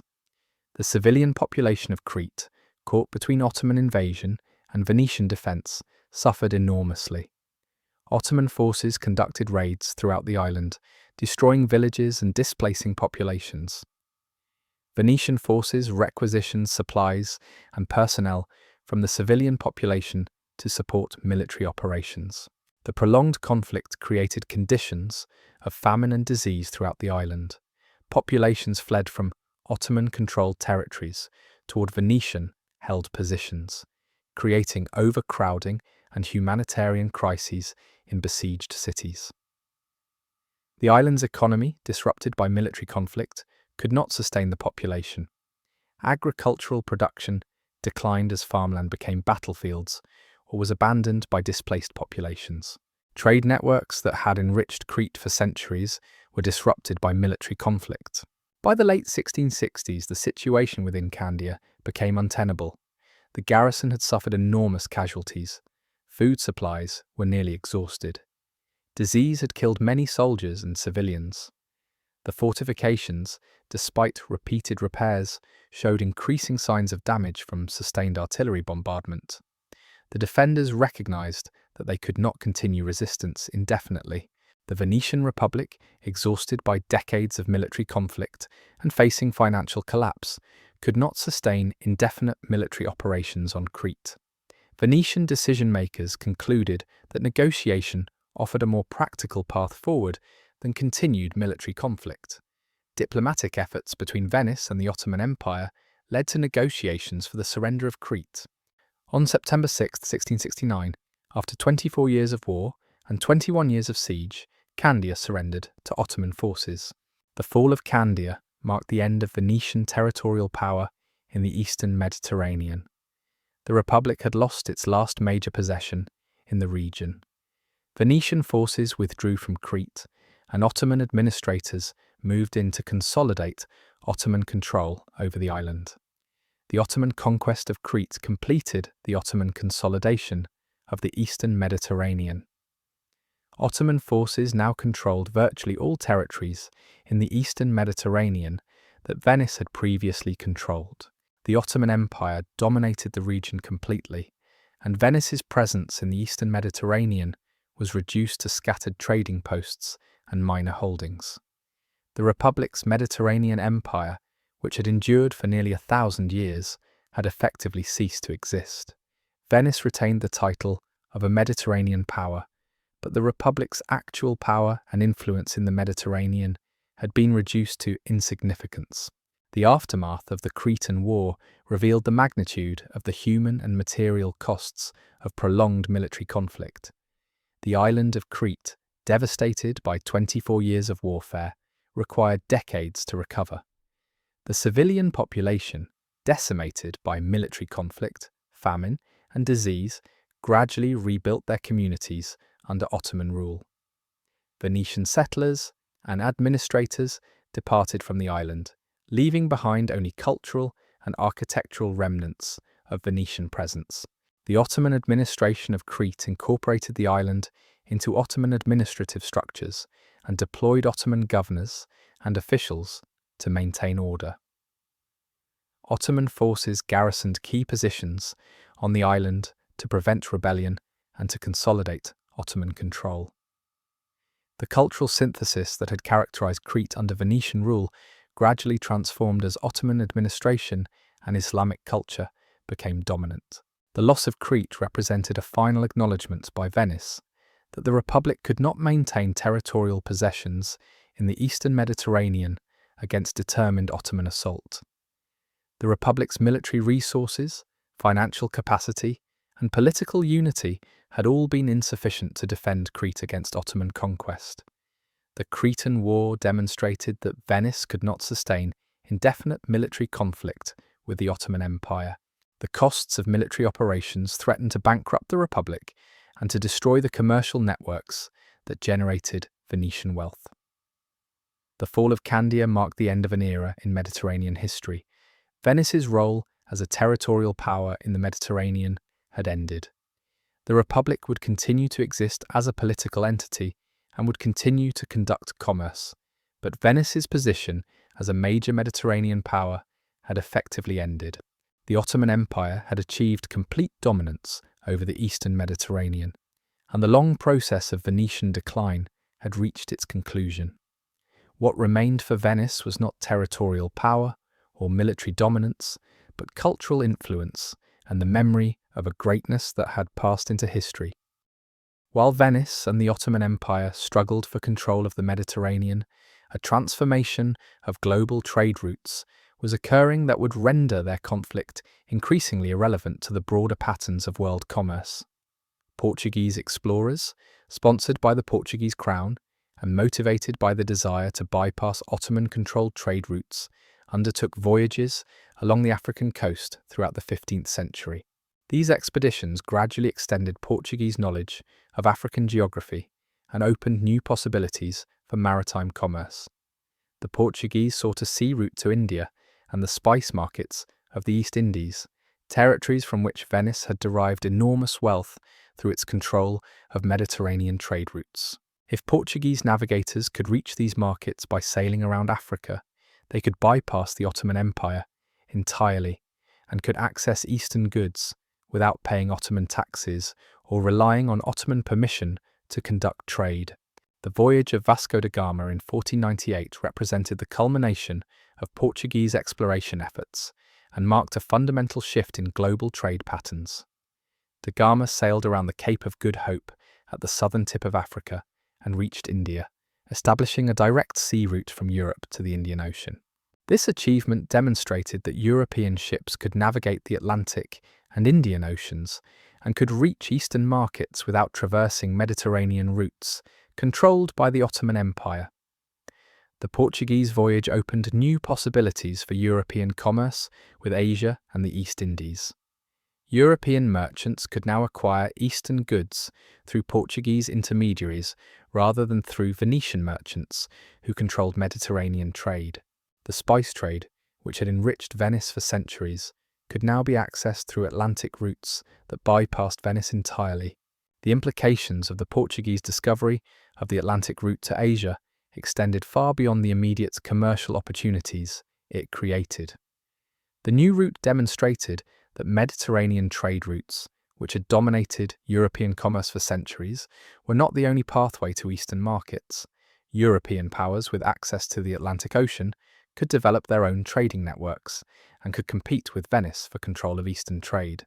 The Portuguese, followed by Spanish, English, and Dutch explorers, began establishing trading posts and commercial networks throughout the Atlantic and Indian Oceans. These Atlantic-based trading networks gradually displaced Mediterranean trade routes as the primary pathways for European commerce with Asia and Africa. The shift in trade routes meant that the Mediterranean, which had been the centre of European commerce, gradually became peripheral to the emerging global trading system. Venice's monopoly on Eastern trade, which had been the foundation of Venetian wealth for centuries, began to erode as Atlantic trade routes developed. Venetian merchants found themselves unable to compete with Portuguese and other Atlantic traders who could access Eastern goods through shorter routes and without paying Ottoman taxes. The costs of acquiring Eastern goods through Mediterranean routes increased as Ottoman control of these routes became more complete, and as Ottoman taxes on commerce increased. Venetian merchants operating in Ottoman territories had to pay taxes to Ottoman authorities, and these taxes increased the costs of goods acquired in Ottoman markets. Atlantic traders, by contrast, could acquire goods directly from Asian sources and could transport them to European markets without paying Ottoman intermediaries. This cost advantage meant that Atlantic traders could undersell Venetian merchants in European markets. The shift in trade routes also reflected broader changes in European political and economic organisation. The rise of centralised nation-states in Western Europe, particularly Spain and Portugal, created political entities with the resources and motivation to sponsor exploration and to establish overseas trading networks. These nation-states possessed naval capabilities and could project power across the Atlantic and into the Indian Ocean. Venice, by contrast, operated as a merchant republic governed by merchant families. The Venetian state lacked the centralized authority and the military resources of nation-states like Spain and Portugal. This meant that Venice could not compete effectively with nation-states in the competition for control of Atlantic trade routes and overseas trading posts. The political organization that had made Venice successful in Mediterranean commerce proved inadequate for competing in the emerging global trading system. The spice trade, which had generated enormous wealth for Venice, gradually shifted from Mediterranean routes to Atlantic routes. Spices from the East Indies, which had flowed through Ottoman territories and into Venetian hands for centuries, now flowed through Portuguese trading posts in the Indian Ocean and into Portuguese hands. Portuguese merchants transported spices directly from Asian sources to European markets, bypassing Ottoman territories entirely. This meant that Ottoman control of Mediterranean trade routes became less valuable because the most profitable trade was no longer flowing through the Mediterranean. The Ottoman Empire controlled territories through which less valuable trade flowed, while Atlantic powers controlled access to the most valuable trade goods. This shift in the location of profitable trade meant that Ottoman territorial control of the Mediterranean, though militarily impressive, did not translate into the commercial wealth that Ottoman rulers might have anticipated. The establishment of Portuguese trading posts in the Indian Ocean and along African coasts created a new trading system that operated independently of Mediterranean routes. Portuguese merchants established fortified trading posts at strategic locations throughout the Indian Ocean, creating a network of commercial bases similar to the trading post network that Venice had established in the Mediterranean. However, the Portuguese trading network extended across vastly greater distances and connected to more diverse markets than the Venetian network. Portuguese traders acquired spices, textiles, precious metals, and other valuable goods from Asian and African sources and transported them to European markets. This direct access to Asian goods meant that European consumers could acquire Eastern products without paying the markups that Venetian merchants added to goods acquired through Ottoman intermediaries. The competition between Mediterranean trade routes and Atlantic trade routes played out gradually over decades and centuries. Venetian merchants did not disappear overnight, and Mediterranean trade did not cease immediately. However, the proportion of European commerce flowing through Mediterranean routes declined steadily as Atlantic trade routes developed and as more European merchants participated in Atlantic trading networks. By the 17th century, Atlantic trade routes had become more important to European commerce than Mediterranean routes. The shift in trade patterns meant that the Mediterranean, which had been the centre of European commerce in the medieval period, became increasingly peripheral to European economic life. The Ottoman control of Mediterranean trade routes, which might have generated enormous wealth if the routes had remained central to European commerce, instead generated revenues from trade that was declining in importance. The Spanish conquest of the Americas in the late 15th and 16th centuries further accelerated the shift in global trade patterns. Spanish explorers and conquistadors established Spanish control over vast territories in the Americas and discovered enormous quantities of precious metals, particularly silver. The influx of American silver into European markets created new wealth and new trading opportunities. This American silver flowed primarily through Atlantic ports in Spain and Portugal, rather than through Mediterranean ports controlled by Venice.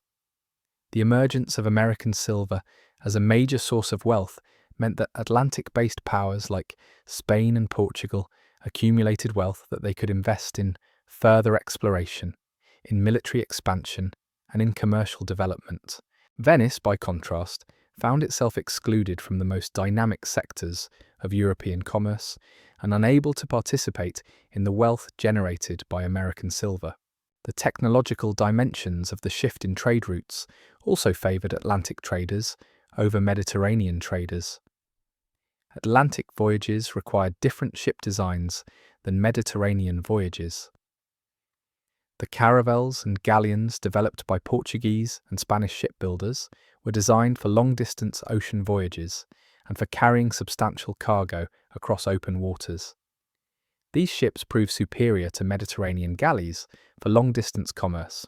Venetian shipbuilders, specializing in galleys designed for Mediterranean conditions, did not develop comparable expertise in building ocean-going merchant vessels.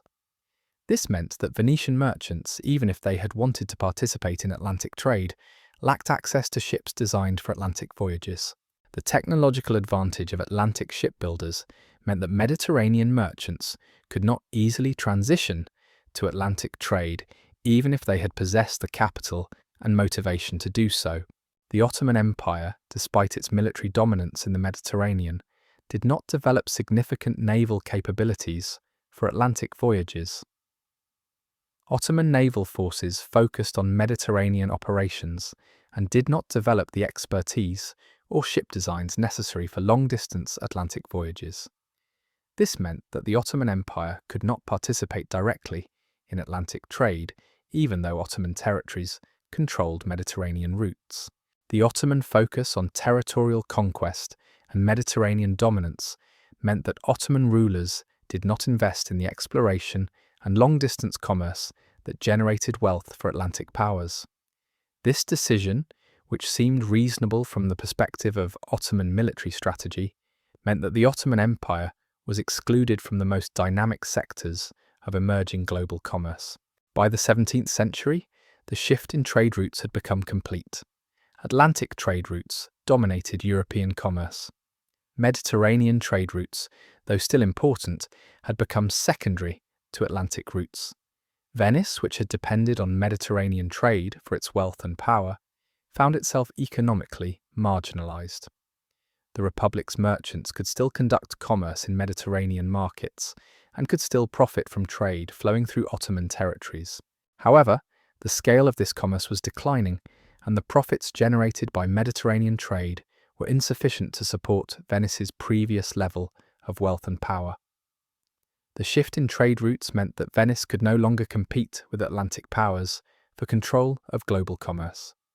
The Republic's economic decline, which had begun with Ottoman military expansion, was completed by the shift in global trade patterns that rendered Mediterranean routes less valuable than Atlantic routes. The implications of the route shift extended beyond the immediate economic consequences for Venice and the Ottoman Empire. The emergence of Atlantic trade routes meant that European powers with access to the Atlantic Ocean gained enormous advantages over Mediterranean powers. This geographic advantage meant that Western European powers, like Spain, Portugal, England, and the Netherlands, could develop global trading networks and could accumulate wealth from commerce across vast distances. Mediterranean powers like Venice and the Ottoman Empire, though militarily powerful in the Mediterranean, found themselves excluded from the most dynamic sectors of global commerce. This geographic advantage would eventually translate into political and military advantages as Atlantic powers accumulated wealth and invested in military expansion. The shift in trade routes thus marked a fundamental transformation in the balance of power between Mediterranean and Atlantic powers, a transformation that would shape European and world history for centuries to come.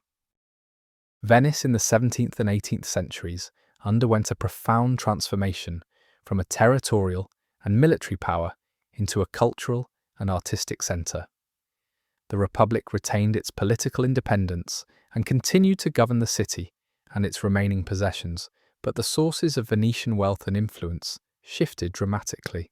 Venetian merchants, excluded from the most profitable sectors of global commerce, redirected their capital toward banking, finance, and cultural patronage.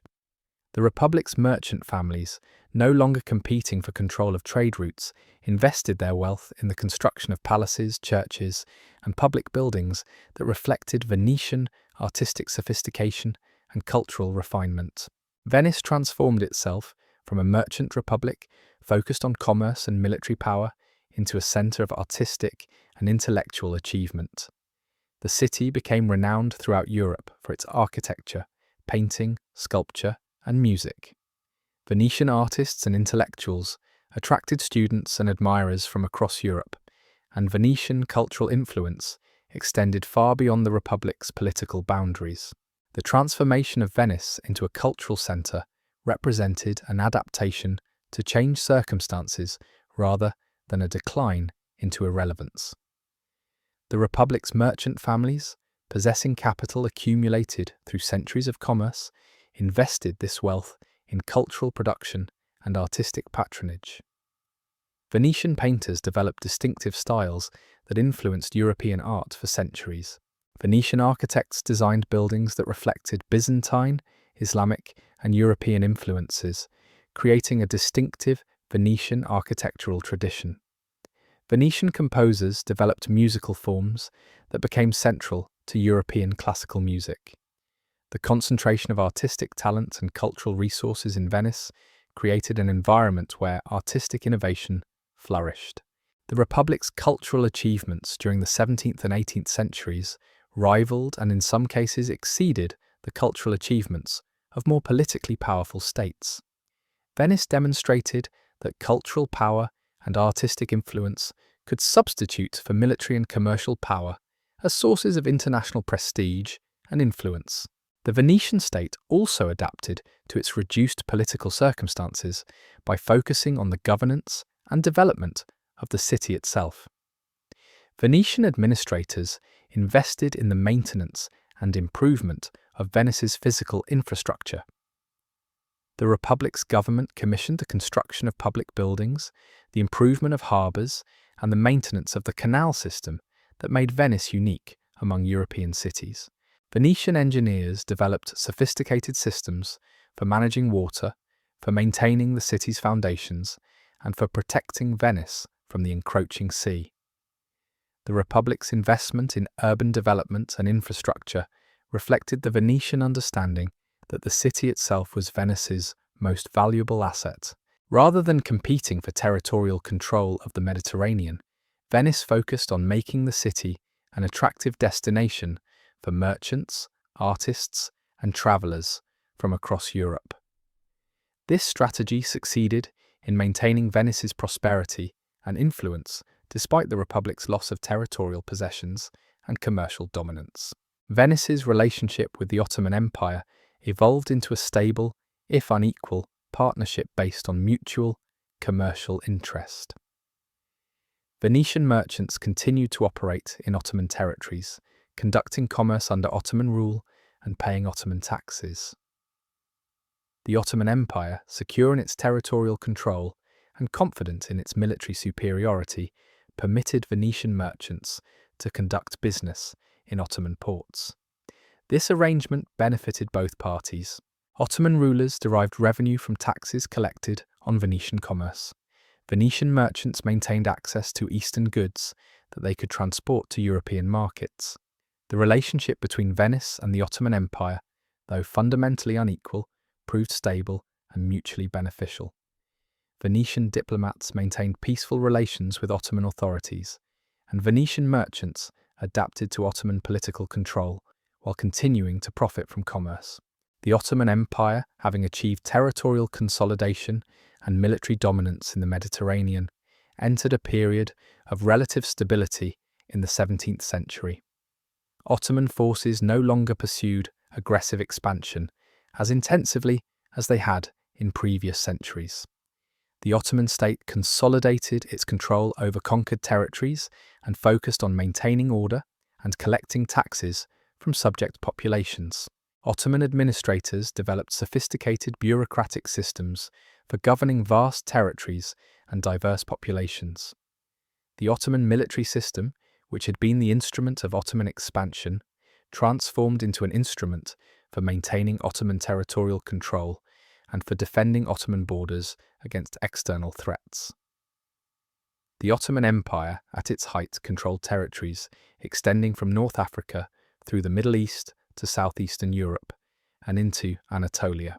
This vast empire represented the culmination of Ottoman expansion and the achievement of Ottoman territorial dominance in the Mediterranean region. Ottoman cultural development during this period reflected the empire's territorial consolidation and political stability. Ottoman architects designed mosques, palaces, and public buildings that reflected Islamic artistic traditions and Ottoman political power. Ottoman calligraphers, poets, and scholars produced works of considerable artistic and intellectual merit. The Ottoman court became a center of cultural patronage, where artists and intellectuals from across the Ottoman Empire and beyond gathered to pursue their crafts. Ottoman cultural achievements during the 17th and 18th centuries demonstrated that Ottoman civilization possessed sophisticated artistic and intellectual traditions. The Ottoman Empire was not merely a military power, but a civilization with distinctive cultural characteristics and artistic achievements. Ottoman cultural influence extended throughout the Mediterranean and into Europe, affecting artistic and intellectual developments in regions far from Ottoman political control. The Mediterranean itself underwent a transformation as Ottoman and Venetian power stabilized, and as Atlantic trade routes became increasingly important to European commerce. The Mediterranean, once the center of European commerce and the focus of European political attention, became increasingly peripheral to European economic and political life. The rise of Atlantic powers meant that Mediterranean powers, whether Ottoman or Venetian, found themselves excluded from the most dynamic sectors of European commerce and politics. The Mediterranean remained important for regional commerce and for the movement of goods between Europe and the Ottoman Empire, but the Mediterranean was no longer the centre of European commerce. This shift in the importance of the Mediterranean meant that the struggle between Venice and the Ottoman Empire for control of Mediterranean trade routes, which had seemed so crucial in the 16th century, became increasingly irrelevant to broader patterns of European and world history. The populations of the Mediterranean region adapted to Ottoman political control and to the transformation of Mediterranean commerce. Greek, Albanian, and other populations living under Ottoman rule developed complex relationships with Ottoman authorities. Some populations resisted Ottoman rule and maintained cultural and religious traditions that distinguished them from Ottoman culture. Others integrated into Ottoman society and participated in Ottoman administrative and military structures. The Mediterranean region, under Ottoman control, developed distinctive cultural characteristics that reflected the synthesis of Islamic, Byzantine, and European influences. Cities throughout the Ottoman Mediterranean developed Ottoman administrative structures, Ottoman military garrisons, and Ottoman cultural institutions. The populations of these cities, though governed by Ottoman authorities, maintained commercial connections with Venice and other European powers. The Mediterranean under Ottoman rule became a region of cultural synthesis, where different traditions and influences interacted and influenced each other. Venice's remaining possessions in the Mediterranean gradually diminished as the Republic lost the capacity to defend them or to maintain control over distant territories. The Republic retained control over the city of Venice itself and over some nearby territories in northern Italy. Venetian possessions in the Mediterranean were reduced to a few scattered islands and coastal positions. These remaining possessions had little strategic or commercial importance compared to the major territories that Venice had lost to the Ottoman Empire. The Republic's government maintained administrative control over these possessions and collected taxes from them, but they contributed little to Venetian wealth or power. Venice's Mediterranean Empire, which had once extended across vast territories and numerous islands, had been reduced to insignificance.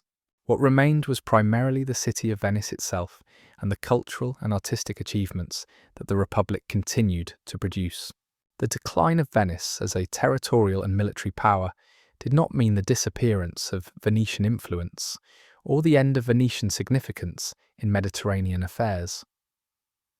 Venetian merchants, though no longer dominant in Mediterranean commerce, continued to conduct business and to maintain commercial networks. Venetian diplomats maintained relationships with Ottoman authorities and with other Mediterranean powers. Venetian cultural influence continued to extend throughout Europe and the Mediterranean region. Venice's transformation from a territorial power into a cultural centre meant that Venetian influence took different forms than it had in previous centuries. Rather than projecting power through military force and territorial control, Venice projected influence through artistic and cultural achievement. This transformation allowed Venice to maintain relevance and significance despite the loss of territorial possessions and military power. The Ottoman Empire's consolidation of Mediterranean dominance represented the culmination of Ottoman expansion and the achievement of Ottoman territorial objectives. Ottoman rulers had transformed the Ottoman Empire from a regional power in Anatolia into a vast empire controlling territories across 3 continents. Ottoman military forces had defeated Christian powers throughout the Mediterranean and had established Ottoman political control over vast populations. The Ottoman achievement represented one of the most successful imperial expansions in history. Ottoman administrators had developed sophisticated systems for governing diverse populations and for maintaining order across vast territories. Ottoman military organization had proven superior to European military systems and had allowed Ottoman forces to defeat European opponents consistently. The Ottoman Empire, at its height, represented a formidable military and political power that dominated the Mediterranean region and extended Ottoman influence far beyond the Mediterranean into Europe, Asia, and Africa. Yet Ottoman dominance in the Mediterranean, though militarily impressive and politically significant, did not translate into the kind of global commercial dominance that Atlantic powers were beginning to achieve. The Ottoman Empire controlled territories through which valuable trade flowed, but Ottoman rulers did not develop the maritime capabilities or the commercial networks necessary to compete effectively in emerging global commerce. Ottoman focus on territorial conquest and Mediterranean dominance meant that Ottoman civilization, though culturally sophisticated and militarily powerful, was excluded from the most dynamic sectors of emerging global commerce. This exclusion would eventually contribute to Ottoman decline as Atlantic powers accumulated wealth and military power through global commerce. The Ottoman achievement in the Mediterranean, though remarkable, represented the culmination of a medieval and early modern system of power based on territorial control and military dominance. The emerging global system, based on oceanic commerce and the development of global trading networks, would eventually render Ottoman Mediterranean dominance less significant than it appeared in the 17th century.